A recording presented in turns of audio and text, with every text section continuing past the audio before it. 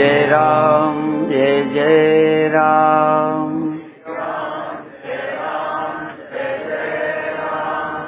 श्री राम जय जय राम।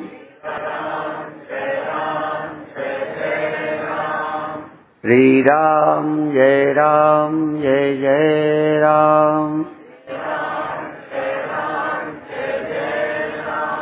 सच्चिदानंद भगवान की, सनातन धर्म की। बहुत कठिन है ब्रह्म ज्ञान, और इतना सरल है कि सरलता के कारण ही आपको भरोसा नहीं होता कि ऐसा ज्ञान होता है। यानी ये तो बहुत है, इसमें तो कुछ है ही नहीं। कैसे? जितनी शिकायतें तुम्हें हैं ये सब होती हैं, सब जो तुम्हें होता है सब कुछ ज्ञानी को होता है। पर ज्ञानी को ये भी पता होता है कि ये कुछ भी मेरे में नहीं हुआ, ये तुम्हें पता नहीं चलता। बस उदाहरण जितने देते हैं उन्हीं को ठीक देखो। मिट्टी में बर्तन बनते हैं, मकान बनते हैं? नहीं बनते, बनते हैं, मिटते हैं, छोटे बड़े होते हैं। जरा मिट्टी से ये भी पूछो कि तुम क्या हो गई हो। पहले ये उत्तर दो कि सब होता है, फिर मिट्टी से ये पूछो कि तुम क्या हो गए अभी तक। सब हुए, सब खो गए, तुम वैसे के वैसे। ये वैसे के वैसे जिस दिन समझ में आ जाएगा, सब कुछ होने पर तुम्हारे को कुछ भी नहीं होता, जब ये बिल्कुल क्लियर हो जाएगा, इसी का नाम ब्रह्म ज्ञान है। होना बंद हो जाएगा तब की यदि प्रतीक्षा में हो तो किसी जन्म में ब्रह्म ज्ञान नहीं होगा। मरना दिखता है, घड़े का बनना दिखता है, मिटना दिखता है। ये दिखे, ये भी तो दिख जाए। जो नहीं पैदा होती नहीं मरती, वो दिख जाना चाहिए। क्लियर हो जाए कि हाँ होता है, दिखता है, फिर भी कुछ होता नहीं। ये कुछ न होने वाला विषय क्लियर नहीं है, बात इतना ही फर्क है। लगता है जो हो गया बस हो गया।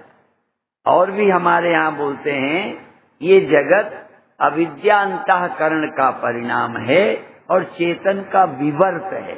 चेतन का विवर्त, विवर्त का मतलब होता है जैसे रस्सी में सर्प, रस्सी का विवर्त है। विवर्त माने बिना बिगड़े, रस्सी बिना बिगड़े सांप दिख जाती है। इसीलिए देखने के बाद जब सांप देखो तो सांप कहीं नहीं मिलता। ऐसे ही तुमको सब दिख जाए और तुम में ऐसा लगे जैसे कुछ है ही नहीं, हुआ ही नहीं, कुछ बिगड़ा ही नहीं।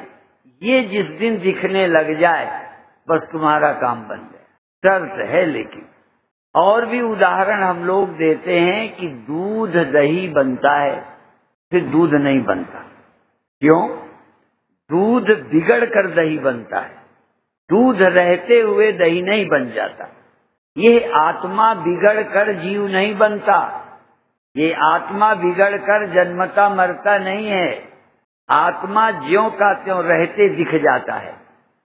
पर दिख जाना तुम्हें दिखता है और कुछ ना बिगड़ना तुम्हें दिखता नहीं है।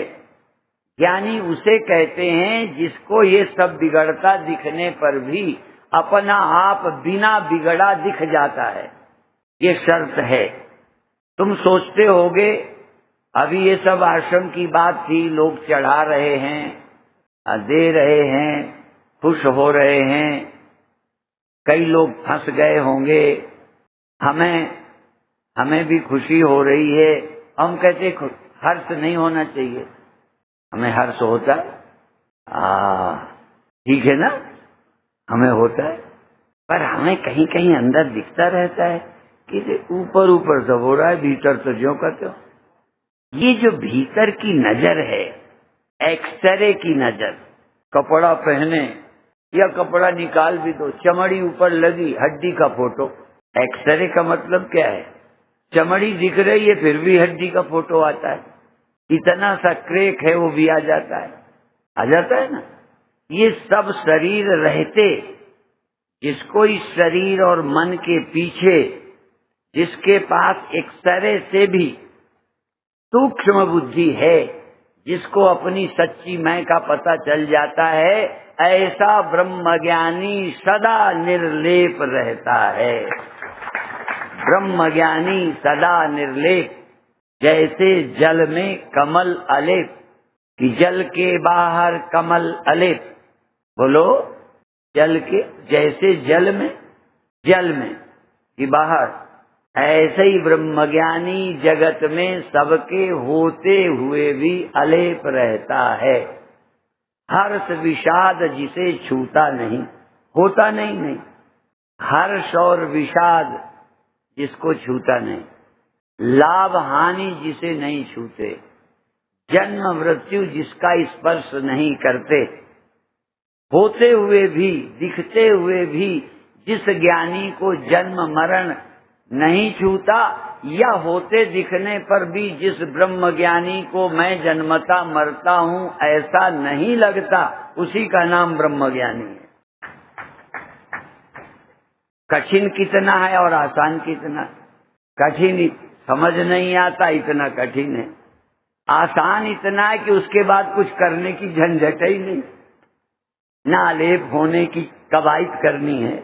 हाँ, अलेप होने की कवायद नहीं, और जो प्रैक्टिस से अलेप होता है वो होते ही है बुद्धि। आत्मा कभी लिप्त होती ही नहीं।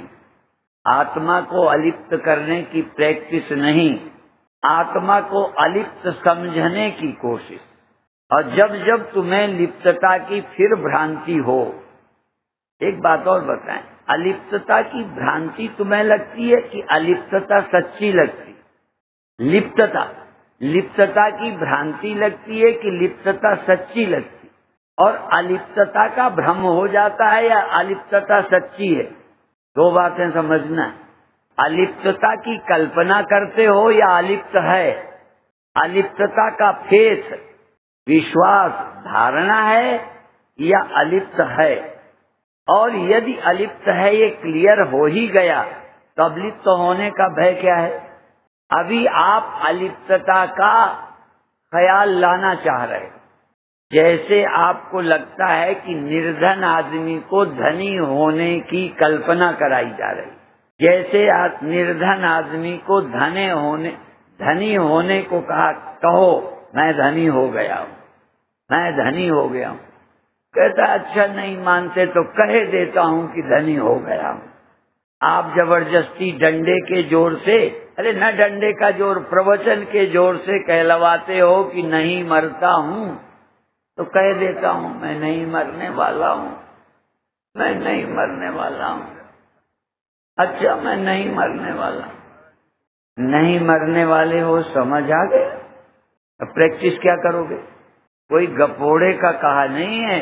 भगवान श्री कृष्ण कहते हैं जितनी संसार में विद्याएं, ज्योतिष विद्या, इतिहास, भूगोल और विज्ञान, भौतिक विज्ञान, सारी विद्याएं जितनी हैं सबका महत्व है।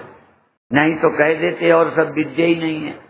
भगवान कहते हैं सब जरूरी हैं, पर मैं विद्याओं में अध्यात्म विद्या हूं। अध्यात्म विद्या, विद्या नाम जितने ज्ञान हैं विश्व में और होंगे और रहे हैं, उन सब में सर्वश्रेष्ठ है अध्यात्म ज्ञान। ये अध्यात्म ज्ञान, जब मैं बड़े बड़े सेठों को देखता हूं ना आगे बैठे, अब ये देखो हमारे पास तो राजा महाराजा कोई नहीं आता, और आज जो विधायक आए हैं वो भी हमारे पास नहीं आए, वो इस संस्था के सहयोग देने वाले हैं। देखो सहयोग देने वालों का आना सम्मान है, पर मेरे पास मेरे से कुछ पाने आना बिल्कुल अलग बात जरा समझना। ऐसे शेष साहूकार भी कई बार देने आते, आपके देने का स्वागत है, पर बहुत बड़ा धन्यवाद है यदि कुछ हमारे यहाँ से ले जाओ।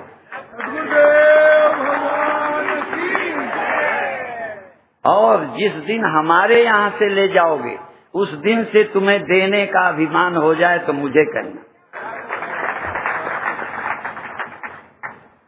उसके बाद तुम्हारा दिया कुछ नहीं लगेगा। अभी तो यूं कह देते हो तुझसे भेंट, छोटी सी भेंट कहते हो, पर अंदर से लगता है जितना हमने दिया आज तक किसी ने नहीं दिया। बड़ा सूक्ष्म है। जब कुछ भी देने के बाद, संपूर्ण पृथ्वी देने के बाद भी नापो तो लगे जो हमें मिला है वो सब देने से भी ज्यादा है।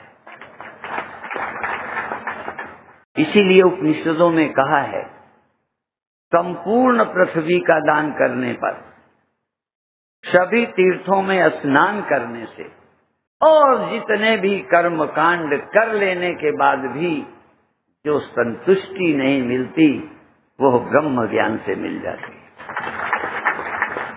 लेकिन ब्रह्म ज्ञान आसान नहीं है।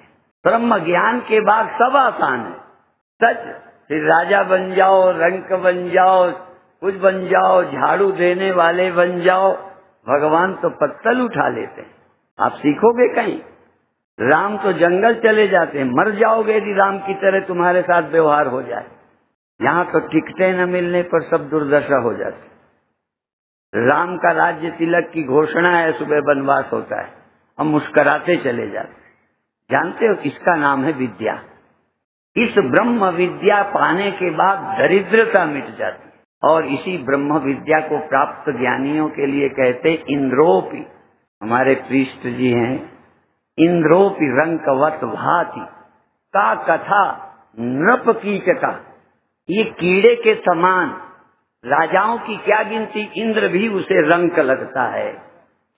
ब्रह्म ज्ञानी को ये दीनता दरिद्रता मिटती है। भिद्यते हृदय ग्रंथि छिद्यन्ते सर्व संशया क्षीयन्ते चास्य कर्माणि तस्मिन् दृष्टे परावरे। ये परब्रह्म की पूजा अर्चना चिंतना भारत ने यूं नहीं दी है।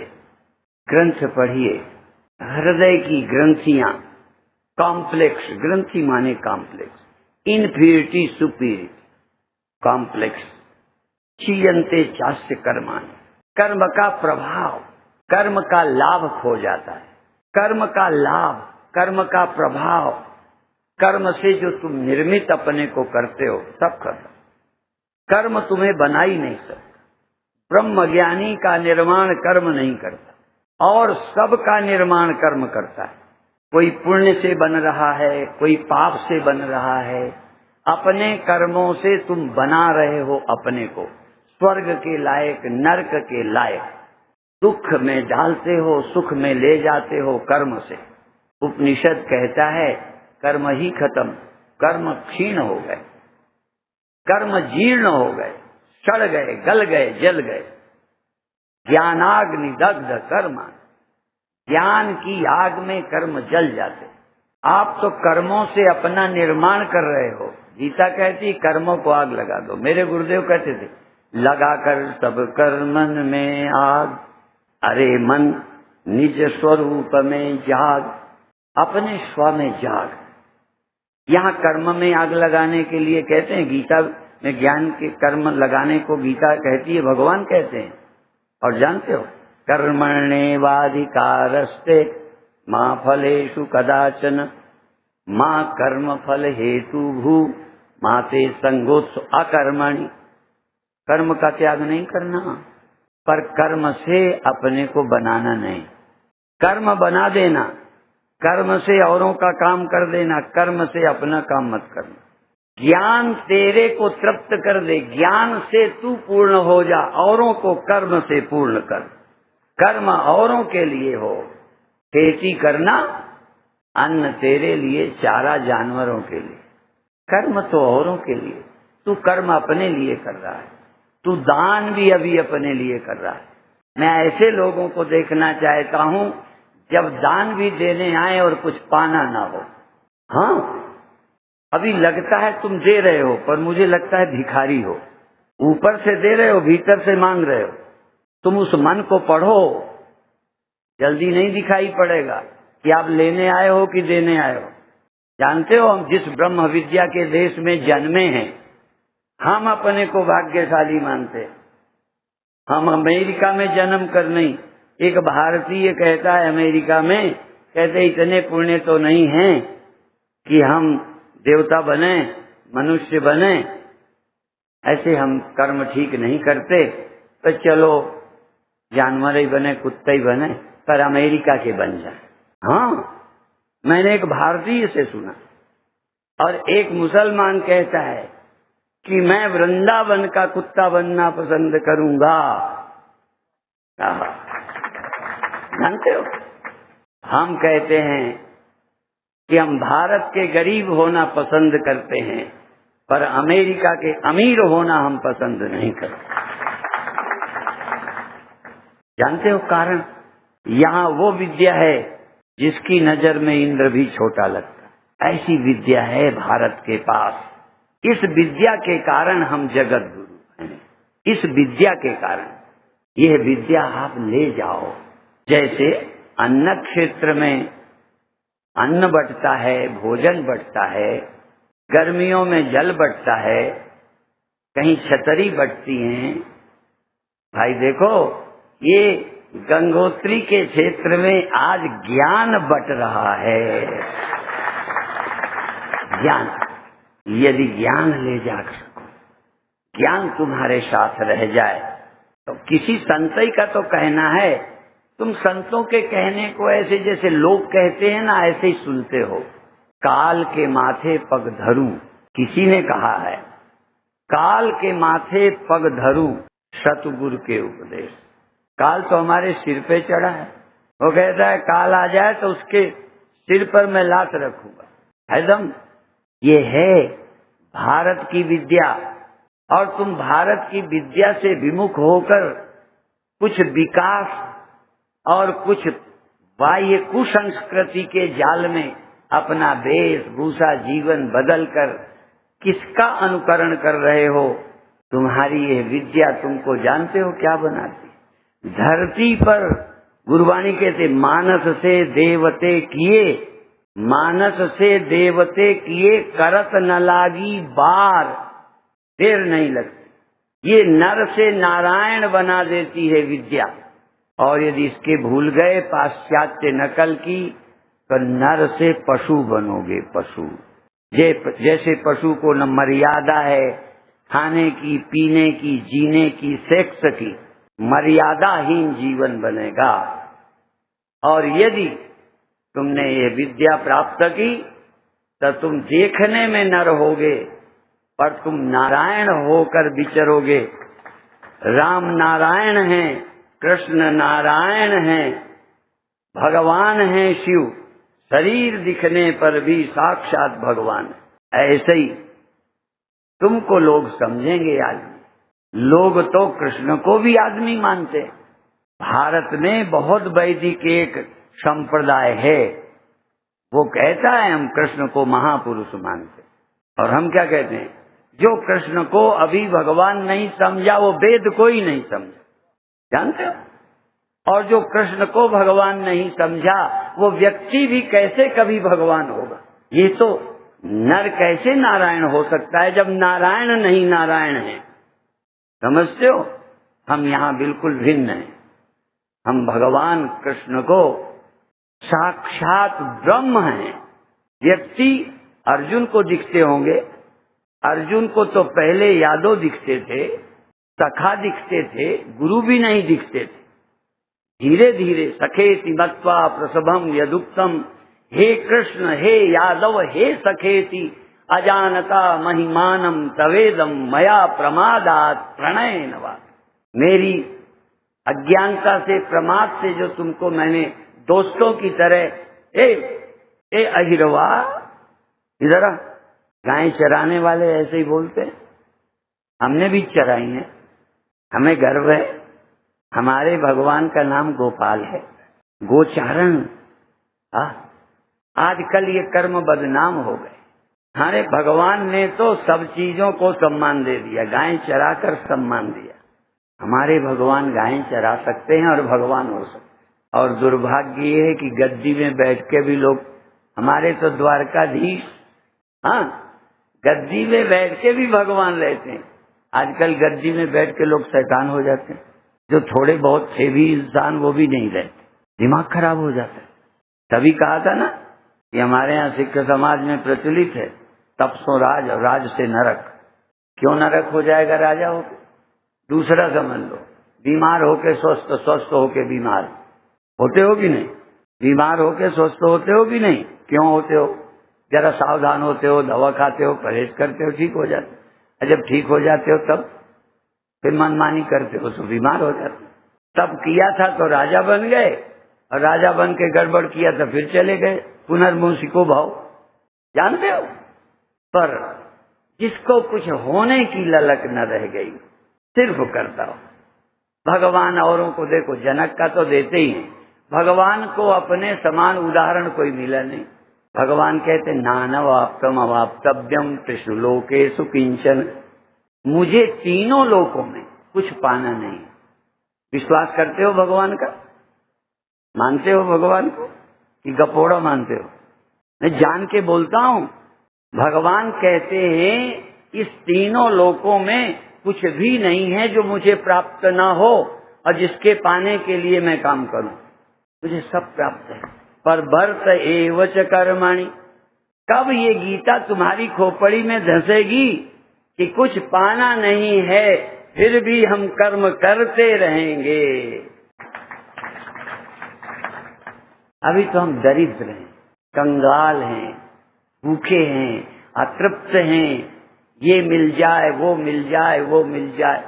अर्जुन कहता है मैं भी काम छोड़ दूं, साधु बन जाऊं। कहते मैं क्यों नहीं बना साधु? कृष्ण साधु नहीं बनते, तुम कहीं कुछ भागना चाहते हो। हमारे नवे गुरु कहते हैं कहाँ जंगल में जाता, काहे रेवन खोजन जाई, सर्वनिवासी सदा अलेपा तोई संग समाई। खूब मध्य ज्यों बास बसत है, मुकुर मध्य जस छाई, तैसे ही हरि बसै निरंतर घटई खोजो भाई। बाहर भीतर एको जानो ये गुरु ज्ञान बताई, जन नानक बिन आपा चीने मिटे न भ्रम की। काहे रे बन सर्वनिवासी सदा अलेपा तो ही संग समाई। इसको पा लेने के बाद भगवान कहते निठल्ला नहीं बनना। वो कहते एक बात कहो, या तो कहो ज्ञानी हो जाऊं, या कहो काम करूं। वो सोचता है कि काम करना बंद करने के लिए ज्ञान है ना, काम के द्वारा कुछ पाने के इरादे को खत्म करने के लिए गीता है, कर्म छोड़ने के लिए गीता नहीं है। कर्म के द्वारा जो पाने का ख्याल है, इसको गीता खत्म करती है। इसलिए मां फलेषु कदाचन, कई अर्थ करते हैं सारे गांव में, फल पर हमारा अधिकार नहीं, पता नहीं कि किसान खेती करता है फसल होगी कि नहीं, लोग ये अर्थ करते हैं। कर्म हम करते हैं, फल पर हमारा अधिकार नहीं है, भगवान का है। भगवान तो कहते कभी भी तेरा फल पर अधिकार हो ही नहीं, करना ही नहीं, फल चाहिए ही नहीं। गीता ये नहीं कहती कि कभी फल मिलता है कभी नहीं, चुनाव लड़ते हैं कभी जीतते हैं कभी हारते हैं, भगवान पर निर्भर है। नहीं, किसी पर निर्भर नहीं, फिर भी हमें फल चाहिए नहीं। कर्मण्येवाधिकारस्ते मां फलेषु कदाचन, कभी भी तेरा अधिकार न हो। कभी कभी हो ऐसा कहा है क्या? कभी हो कभी ना हो, ये तुम अर्थ करते हो। फल पर तेरा कभी अधिकार ना हो। मां फलेषु कदाचन, मां कर्म फल हेतु भू, तू फल का हेतु न हो। फल तुझे मिले इसके लायक तेरा चित्त नहीं हो, तेरे चित्त में फल पाने का ख्याल ही ना हो, ये गीता का संदेश है। और अपना उदाहरण देते हैं कि मुझे कुछ नहीं चाहिए। तुम कहोगे फल नहीं चाहिए तो कर्म क्यों करेंगे? तो भगवान अपने को कहते हैं मैं क्यों? भगवान तो जन्म भी लेते हैं लोगों के लिए, और संतों के लिए गुरु जन कहते हैं, गुरबाणी कहती है। हाँ, जन्म मरण तो मैं नाही, जन परोपकारी आए। जन्म नहीं लेना था, जरूरी नहीं था, वो जन्मे ही नहीं है। वो जन्म में देह में आए जन्मे ही नहीं है, वो तो पहले से हैं, और मरना भी नहीं है उन्हें, सिर्फ देह पहन लिया है। काहे के लिए? जैसे मिलिट्री के या पुलिस के लोग वर्दी पहनते ड्यूटी के लिए। अब देखो, अब तो कोर्ट वाले लूटते हैं, और क्या कहूं मैं, पुलिस वाले लूटें तो आश्चर्य क्या है। ये वर्दी लूटने के लिए नहीं है। अब वही नहीं, समझ में आया? ये वर्दी लूटने के लिए नहीं है, ये वर्दी बांटने के लिए मिली है। भगवान ने शरीर बांटने के लिए पहना, देने आए हैं भगवान। और देखो, यदि तुम भगवान के भक्त हो गए ना, तो तुम भी देने लायक हो जाओगे। लेने का भिखारीपन छूट जाएगा। तुम जहां जाओगे देने जाओगे। और यदि लेने आए भी हो, चलो सोचता हूं, यदि ले भी लोगे तो क्या बचेगा? शरीर लिया रह जाएगा, धन मिला रह जाएगा, पद मिला रह जाएगा। यदि बटोरोगे भी, साध्वी रितंबरा भी बोलती और लोग भी बोलते हैं, जो बांटा जाता है वो प्रसाद होता है, जो समेटा जाता है वो विषाद होता है। समेट के देख लो विषाद मिलेगा, और बांट कर देखो प्रसाद हो जाएगा। बांटिए बांटिए बांटिए। समय बांटने के लिए मिला है। समय दे दो। संघ के लोग समय दान देते हैं, श्रम दान देते हैं। कोई आजीवन पूरा जीवन समर्पित करते हैं। कई शादी नहीं करते। भीष्म पितामह ने शादी नहीं की, केवल पिता के लिए। तुम्हारा पिता दूसरी शादी करना चाहे, तुम्हारी एक तो देखो, वो दूसरी लड़की से मोहित करके दूसरी शादी की तैयारी करता है, और लड़की का बाप कहता है कि मेरी बेटी से शादी करके मेरा बच्चा राजा बने। भीष्म का लड़का नहीं, या मैं शादी ही न करूंगा। कहें तुम तो बन जाओगे राजा। कहें मैं राजा भी नहीं बनूंगा, शादी भी नहीं करूंगा, मेरे पिता की शादी हो जाना चाहिए। क्या इस देश के लोगों की खोपड़ियां रही हैं? एक पिता के लिए राज्य छोड़ सकता है, एक पिता के लिए शादी नहीं कर सकता है, राज्य छोड़ सकता है, और तुम पिता की हत्या करके जायदाद ले सकते हो। ये भारत है। तुम भारतीय हो। जिस दिन तुम भारतीय हो जाओगे ना, उस दिन विश्व तुम्हारे चरणों में लौट आएगा। हो जाओ भारतीय। कभी कभी जब हम देखते हैं लाइन में एक बार लेके दोबारा पहुंच जाता है। स्वर्ग के लिए लाइन लग जाए तो कौन सा आश्चर्य है। हम लोग भिखमंगों की लाइन पे खड़े हो गए। स्वर्ग का भी प्रलोभन हमारे यहाँ ऐसा है। स्वर्ग के दरवाजे चले गए, पूछा यहाँ भजन कीर्तन होता है कि नहीं, सत्संग होता है कि नहीं, किसी ने कहा नहीं। तो स्वर्ग के दरवाजे से लौट पड़े। कहने लगे क्यों जा रहे हो? कहें जहाँ सत्संग नहीं होता वहां हम नहीं रहे। स्वर्ग भी जाने से ना कर दिया, प्रहलाद ने ना कर दिया। कहने लगे मेरे भाई बंधु पृथ्वी पर नर्क भोगते रहे, मैं अकेला स्वर्ग चला जाऊंगा, मुझे पसंद नहीं। यहाँ अकेले लोग बड़े बनने के शौक में पागल हुए पड़े। हमारा समाज दुख में डूबा रहे और तुम मौज मस्ती मनाओ, तुम गुलछर्रे उड़ाओ, तुम किसी की प्रेमिका के चक्कर में पड़े रहो और देश का विभाजन होता रहे, देश में कोई कुछ होता रहे, ये देखोगे। इसलिए मैंने इस शिविर का नाम रखा है स्वराज सिद्धि साधना शिविर। अपने राज्य को प्राप्त करके फिर महाराजा बन के बांटने के लिए काम में लगो। हो सके तो जन्म जन्म की दरिद्रता मिट जाए। एक बात केवट की सुन लो। नाव चलाने वाला, लोगों को पार करके जीविका चलाने वाला, राम को पार करने के बाद उतरा ही नहीं लेता, उतरा ही नहीं लेता। कई बार रिक्शे वाले, हम रिक्शे में बैठे, कहता नहीं महाराज रहने दो। रिक्शे वाला कहता, तो मैंने कहा मैं सच्चा सन्यासी नहीं हूं, मेरे से ले लो। पहले सन्यासी पैसा छूता नहीं था, तो बाल भी बनवाता था, कहां से दे। लेकिन कई लोगों की जेबें भरी हैं, और जब नाई के बाल, हम तो साधु हैं, हमसे क्यों लेते हो? जेब काहे को भरे है बेईमान कहीं के। टिकट के लिए तू साधु बन जाता है, हम साधु हैं। टिकट के पैसे देने के लिए तू साधु बनता है। क्या है, हमारी खोपड़ियां खराब हो गई। तो केवट की देखिए, राम के पास पैसा नहीं है, वनवास में गए, सब छोड़ कर गए, मुनि है, धनुष बाण जरूर लिए।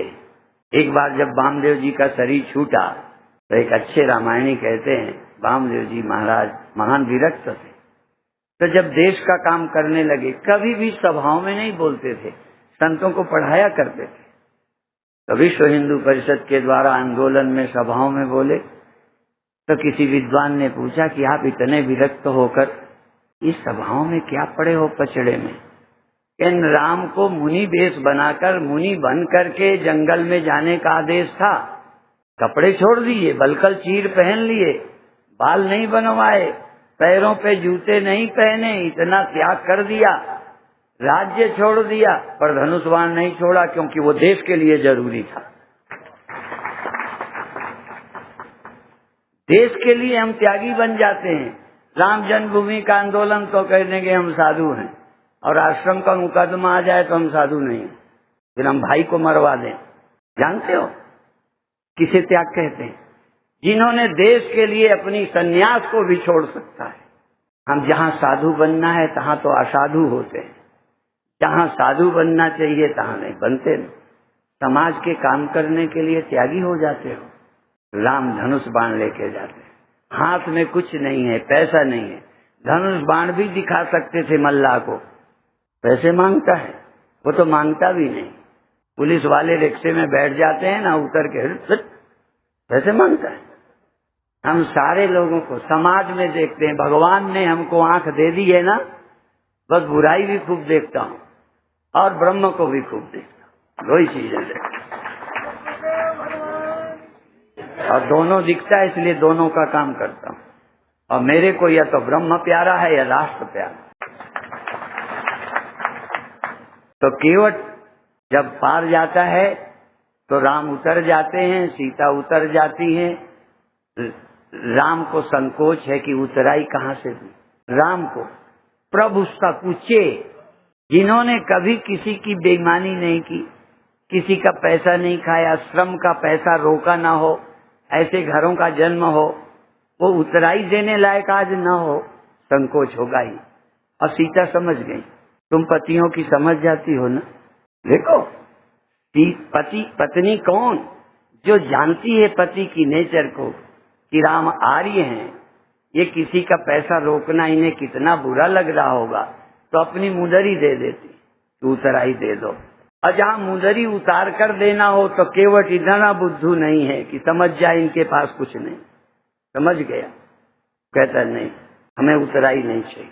जिद करते हैं, कहते हैं अच्छा आप जा रहे हो, लौटते समय आओगे ना, जो दे दोगे मैं ले लूंगा, पर अभी नहीं चाहिए। इस देश का केवट कैसा था, इस देश के राजकुमार कैसे थे, इस देश के भरत कैसे हैं। 14 वर्ष बाद लौटते तो रास्ते में आज का भरत मरवा देता राम को। कैसे भरत चाहिए, कैसे राम चाहिए, कैसे भीष्म पितामह चाहिए, कैसे श्रवण कुमार चाहिए। इस देश को बहुत कुछ चाहिए। और इसके बाद विश्व में मार्गदर्शन के लिए आर्य संस्कृति विश्व में फैलाना चाहिए, पर पहले भारत में तो आ जाए। अब अधिक न कहकर विधायक जी आए हैं, उनके भी 2 शब्द हमें सुनने हैं, इसलिए अभी मैं समाप्त करता हूँ। बाकी चर्चा शाम को दूसरी जो 5 बजे की सभा होगी उसमें फिर